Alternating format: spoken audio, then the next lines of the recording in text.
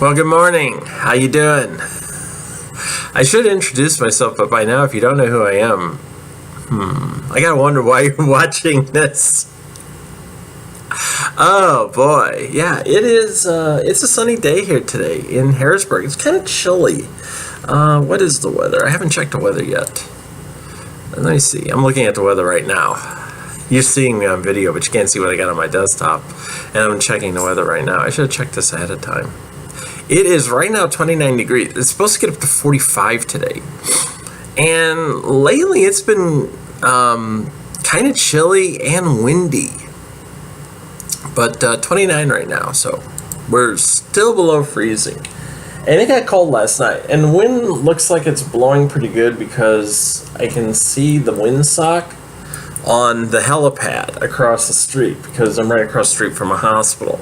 And there's a helicopter pad on top of the hospital. So every once in a while, I'll get woke up from the helicopter landing. Yeah, it can get quite loud. There's been a couple of times, like middle of the night, like 2, 3 in the morning, when a helicopter will land bringing somebody in. And I do remember there was one night they brought in like 3 people in the course of probably about an hour and a half. It was like there was a helicopter landing like every 30 minutes or so. So, well, it's been an interesting week.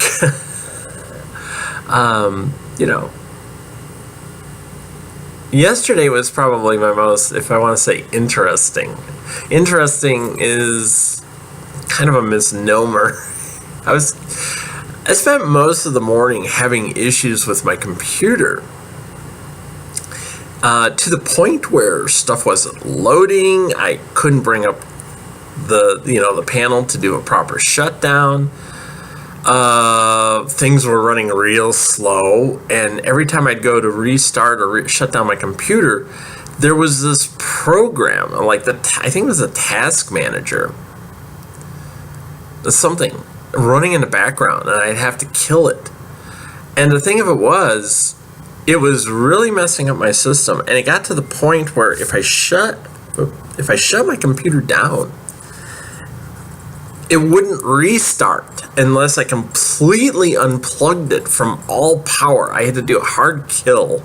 I would actually have to unplug it from the wall socket and then remove the battery to get rid of any juice running through the system before it would start up again. And I messed with that for 30, 40 minutes. So finally I did a complete system reload. I just said, find the last system save point and let's reload the system. And fortunately, there was a system save that was done on March 5th. I've got my computer set up. I think it does saves. Let me check that. Yeah, I think it does saves every Monday morning, really early in the morning. It'll just save off a mirror image of the system as it was, at 1 or 2 o'clock in the morning. So I just told it, go ahead and restore the system. It doesn't wipe your hard drive. I didn't want to go to that extent. That was the next thing, I was just going to start wiping shit and then do a reload then, which you can do. Or you reset it to what they call the factory base, which is exactly how you got it without any of the updates and stuff. And then you got to go through the process. It'll actually go out and look for the most current updates and start loading them onto your system. So it took about 45 minutes to do a system reload, and then my computer started working fine, except I couldn't get Chrome to come up. And I worked on that for 15 minutes, trying everything I could think of to get Chrome come up. And I finally just said, the hell with it. And I did a reload of Chrome, which is actually not that bad because first I uninstalled it and then I reloaded it. And what ends up happening is because I've got a Google account, which you pretty much have to have anymore, especially if you have a YouTube channel, you have to have a Google account. Well, the Google account actually saves all my bookmarks and passwords for Chrome. So if you reinstall Chrome and you have a Google account and you have all that stuff saved off, when you reload Chrome, it just pulls it all right back in. So there's a tip for you people. If you're having trouble with Chrome and you have a Google account, uninstall Chrome and reinstall it. It's the simplest thing to do. But that was about a little over 2 hours of my life yesterday. I was not happy. I was just like grinding my teeth the entire time.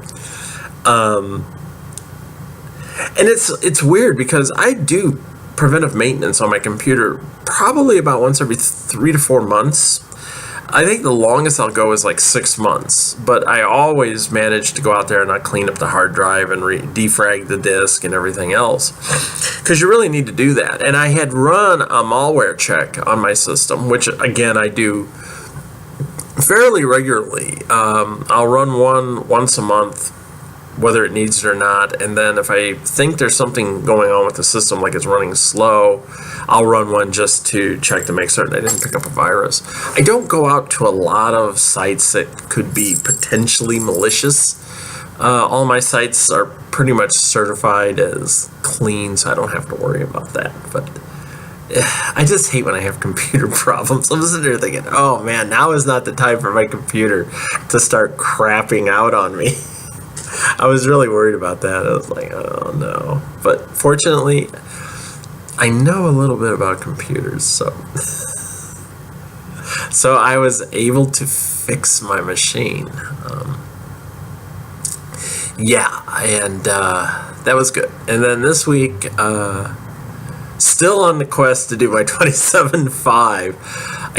I had trouble. I blew off one on Monday night and then went out there by myself and basically did like a picture perfect 27.5. I mean, I was doing crossovers like nearly the entire way. I was moving my feet constantly. I just kept going.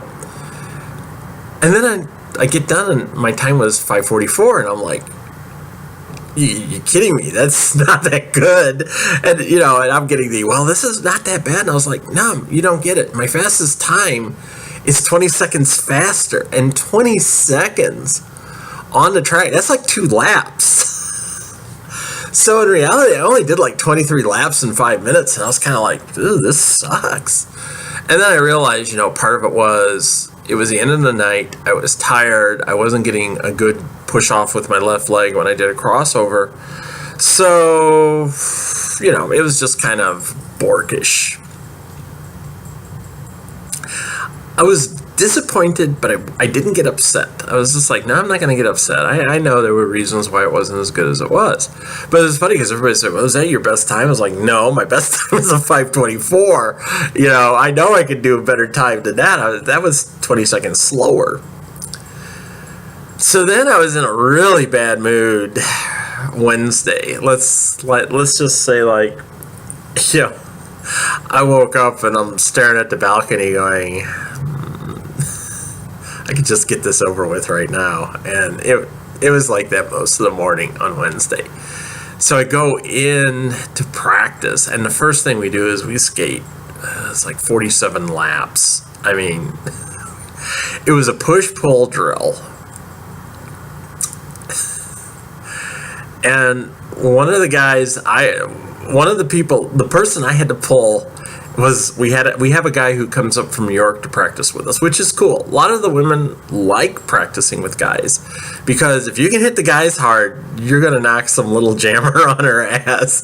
And he's a big dude. He's a half Chinese dude, 6'4", 245 pounds. We call him Dapper Asian. That's his name. And his wife plays for York, but she's pregnant right now, so she can't play. But he comes up, and he was in my push-pull team. And I was pushing Unchained, who's probably like 100 pounds lighter than me. And I'm pulling him. It wasn't too bad. The one I felt really sorry for was Unchained, who had to pull me. And I weigh 238, and she's pushing Dapper, who's 245.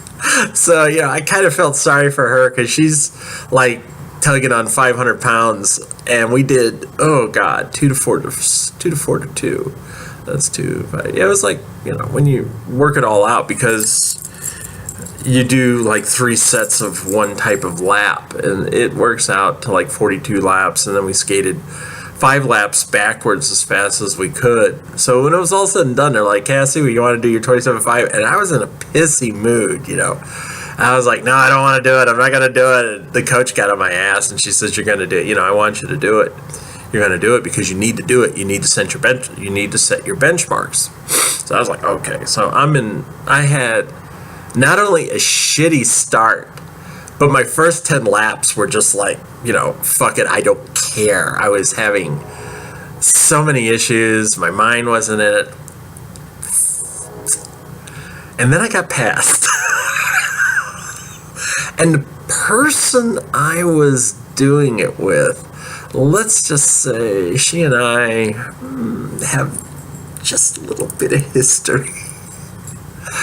Yeah, we have just a slight amount of history. And when she passed me, I just looked at her. I was like, this is not happening. And I don't know, I mean, I just kicked it into high gear. So 2 laps later, I passed her back, and I just took off like I was on fire. And I actually passed her again with like, I think there was like about 3 or 4 laps left. And I actually passed her again. I was still pulling away from her when, you know, the whistle blew. So I come over and I'm thinking, oh man, you know, this is just, I was actually thinking it was going to be like 6+ minutes, and they go 5:38. And I did. I was like, I couldn't say anything for a few seconds. I was like, what? Are you serious? And she says, yeah, 5:38. So I was, you know, 6 seconds faster. And then when I started thinking, I was like, God, you know, those first 10 laps, if I was doing those in 15 seconds flat, which I probably was, there was probably a couple of those laps where it was just like 15 seconds, if that much. You know, I was probably averaging between 13 and 15 seconds a lap on those laps. So that meant my last 17 laps, there must have been a couple of laps when I was just flying, and I was pushing it hard. Not as hard as I could, and I wasn't crossing over in the turns. So, you know, instantly my mind goes to, if I hadn't had a shitty start, and I had been doing my crossovers, I could have easily shaved 20, maybe 30 seconds off that time. Easily. Off, you know. Because, let's face it, if I were doing those first 10 laps 2 to 3 seconds faster, that's 20 to 30 seconds. 20 to 30 seconds would have put me in the 5:18 to 5:08 category, which is within striking distance. You're like 1 lap or less of a 27.5 at that point. So Monday night, I have 2 more nights to get this done so I can play on the 18th. And I talked to one of my teammates, Unchained, and she is basically going to rabbit me. She'll start on the other side of the track. We talked about it, and we're going to say, I want to start on one side of the track, she'll start on the other side of the track, and I will just literally just put everything I've got into it and try to catch her. That's what they mean by rabbit. You put the rabbit out in front and you chase after the rabbit. It's just like a greyhound race. So that's what we're going to do. She's already done her 27.5, and she can do a near 5-minute pace pretty regularly. You know, we're talking less than 5:10 for the most part, which again puts you right in the area. So she's starting out a half a lap ahead of me, and she does about a 5:05 time. If I can catch her before the end, you know, I'll finish a good 6 seconds ahead of her. So if she does a 5:05 and I can finish ahead of her, I could get a 4:58, 4:59. I don't give a shit. 4:59 is less than 5 minutes. I will take it. And if I do that, then I'll play. I was told if I do my 27.5, I'll play on the 18th. So I've just I've been psyching myself up, and it's like I will just throw everything I got into this. Crossovers, just hard pushes all the way. And I said the last 2 times I've done it, I found that if I just clear my head and just concentrate on my rhythm and concentrate on hitting different marks around the track, I find it doesn't bother me. I can actually get it down. I don't start worrying about shit. I don't start freaking out. So it's really all about get focused and just do it. And I was really surprised. I even went up and apologized to my coach afterwards. I told her, I said, thank you for making me do this. I said, because frankly, I didn't think I could. And she goes, see, you could. That's so you need to get out there and do that. And I said, well, I'm sorry I was such a pain in the ass about it. I said, I didn't think I was going to be able to do it after skiing 48 laps. And she goes, you just needed a warm up. So yeah, she did it. So I'm hoping Monday night, this is going to be it. My chase will be over. I am just going to go completely dead mind, concentrate on catching her back, Unchained's back. And if I collapse at the end of the run, that's the whole idea. You leave it all on the track. It's basically a 5-minute HIIT.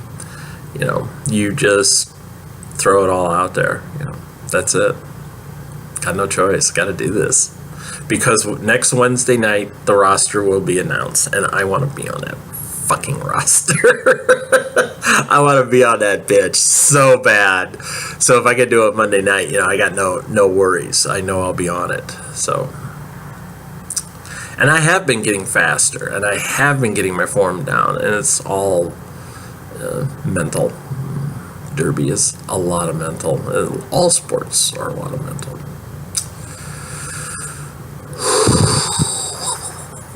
Just like writing. Writing is very mental too. Didn't do any work. I have not been working on the novel at all. Most of the stuff I've been doing has been relating to transporting. Just playing with that, going through, rereading some parts, and then posting things. I probably will have a couple of other things I want to post from that before, although I don't know what, but I think there's 1 or 2 things I want to post.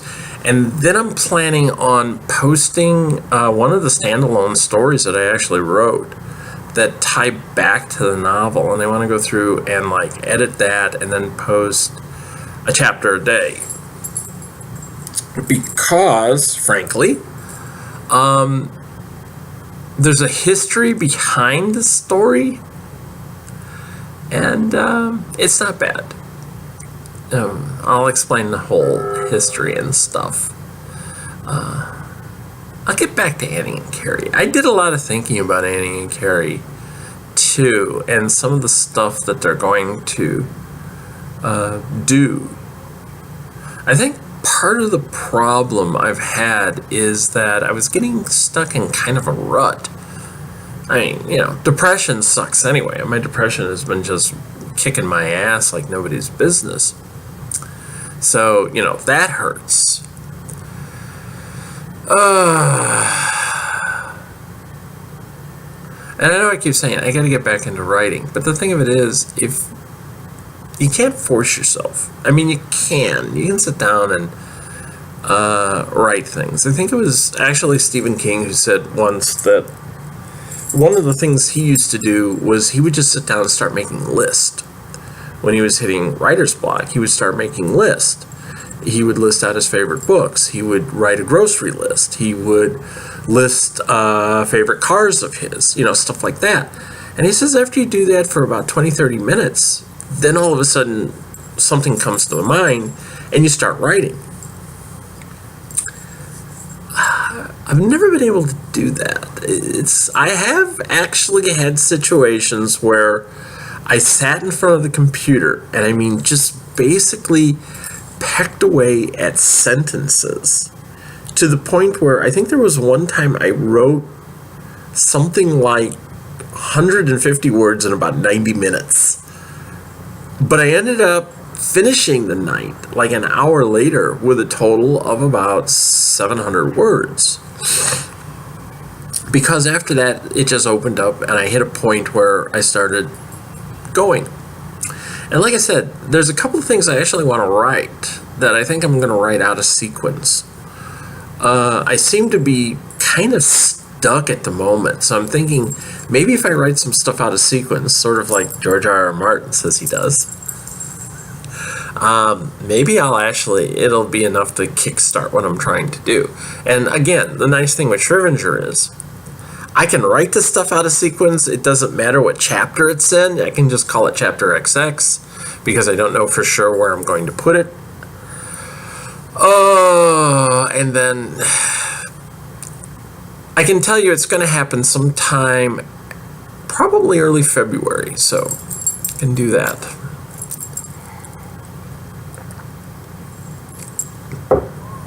That's really something I should write, and because it was the second vision that Annie and Carrie have, it's going to be an interesting vision. You're going to like it.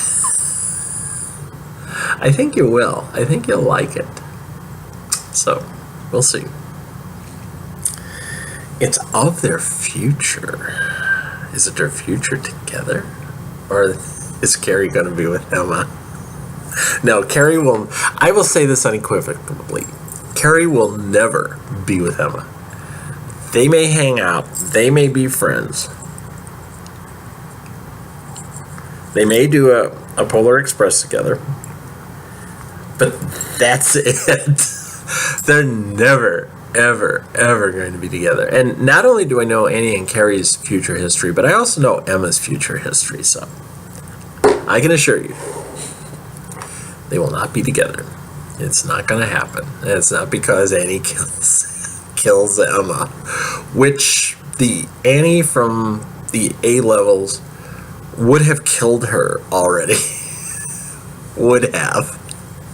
Is the operative word. Yeah, she would have killed Emma by now. But no, that's not going to happen. So, but I did get approached by a friend yesterday, and she asked me if I was writing anything for Mermaid. Remember last year I actually wrote, for the month of May, I wrote a mermaid story, and I tried to do a chapter a day because May is now Mermaid. And they encourage artists to draw mermaid pictures once a day. I don't draw, but I write, so I wrote a mermaid story. And she asked me if I was going to do the same thing for this coming mermaid. I was like, I don't know, it's the biggest problem I'm going to have right now, assuming I'm back to work, is finding the time to actually write every day. Now, if I'm not back to work, it's just kicking myself in the ass enough to get to work. And I said, what would kind of be interesting is if you would do a few sketches and maybe I could write a story around it, talking about a joint collaboration. And she was really receptive to that. She says, "Oh man, that would be great." And that's what I was thinking. I was like, wouldn't it be nice if we could do like a partially illustrated story where if I could get a couple of really good mermaid sketches, I can write a story around it. So she's actually going to do up a couple of sketches and send them to me. And I told her I would write like quick, short paragraph blurbs around it to see if it was something she liked, and to see if maybe we get an idea of a story we could put together. I mean, we got like 7 weeks to work on this. I know you're not supposed to plan this stuff. The Calling, when I wrote that last year, was probably as close as I ever got to pantsing. Because I sat down with a basic concept and just began writing it. And of course, as I went along, I began filling in the gaps for the future. So by the time I was like halfway through the story, I knew kinda how it was going to end. I actually ended up going through like 3 different endings before I wrote the one that I actually wrote. It would have been a much longer story if I had stuck to my first concept for an ending, and then I went and kind of modified that one a little bit, and finally I said, I need to dial this back, stop being so grandiose. So, the rest of the story that I want to tell could actually end up being like further on down the line. I don't know, maybe for the next Mermaid. Somebody was actually asking me if I would go back and write about Penny. And, what the hell was her name? I want to say Kamala. Or I can't remember her name now. But, the Latinx girl that she married at the end of the story, Penny's wife. I believe it's Kendra. So, do another version of that. And I know how it's actually going to go. And it's you're going to get to see a little bit more of what's going on down in the pod. But maybe that's for next Mermaid. I don't know. Or maybe I'll just write that at some point. Just, for the hell of it. I should clean up the changing, the calling, and put it out as a short story, even though it's not a short story, it's a novella. I think there's over 20,000 words in it. Of course there is. So yeah, I'm actually planning on doing something for Mermaid. I think. I don't know yet. That's the biggest issue. It's always, are you gonna be able to do this? The answer to that is always, I don't know. And I know there'll be some people saying, why are you wasting time with that shit? You should be working on your novel. Frankly, right now, I need a break from the novel. I've written nearly 1 million words, almost nonstop, since November of 2011. Up until February of 2018. Do the math. Seriously. Do the freaking math. That's a lot of words. Yeah. 7 years, almost 7 years of continual writing with a few breaks here and there, but that's almost 1 million words in 7 years. That's a lot. And everybody who's been following the blog knows that for about 6 or 7 months before that, I was really starting to get burned out. I was actually starting to get burned out early in 2017 because I had so much going on. First with the protest, then with the Derby, and then with a combination of both. Not so much protest anymore, though. We haven't really been doing stuff that... It's starting to heat up a little bit, and in Pennsylvania, I'm probably going to get involved at some point in some way with the governor's race here, because we really want to make certain Wolf gets reelected. We don't want the Scott Wagner, who is a crazy asshole who thinks global warming / climate change is due to the Earth's fluctuation in its orbit, and because we're getting closer to the sun or some shit. Scientific illiterates have no business in politics. They don't. And he's one of these guys. It's like that asshole, I can't remember who it is, who said we can't put up windmills for power because there's a limited amount of wind. Asshole! See, scientifically illiterate assholes don't belong there. And if there was anyone who had been on the committee when he said that, should have just took his ass to school right then and there and shamed the fuck out of him. Which is what I would have done. Especially if I'd been the witness. If I'd been testifying, I would have just like took his ass to school and not looked back. So, well, I've talked almost 30 minutes now. I haven't really said a whole lot, but I have. So 30 minutes. Hope to see you next week. Hope I have some good news on next Saturday. Real good news. Let's keep our fingers crossed. I will talk to you later. Take care. Bye-bye.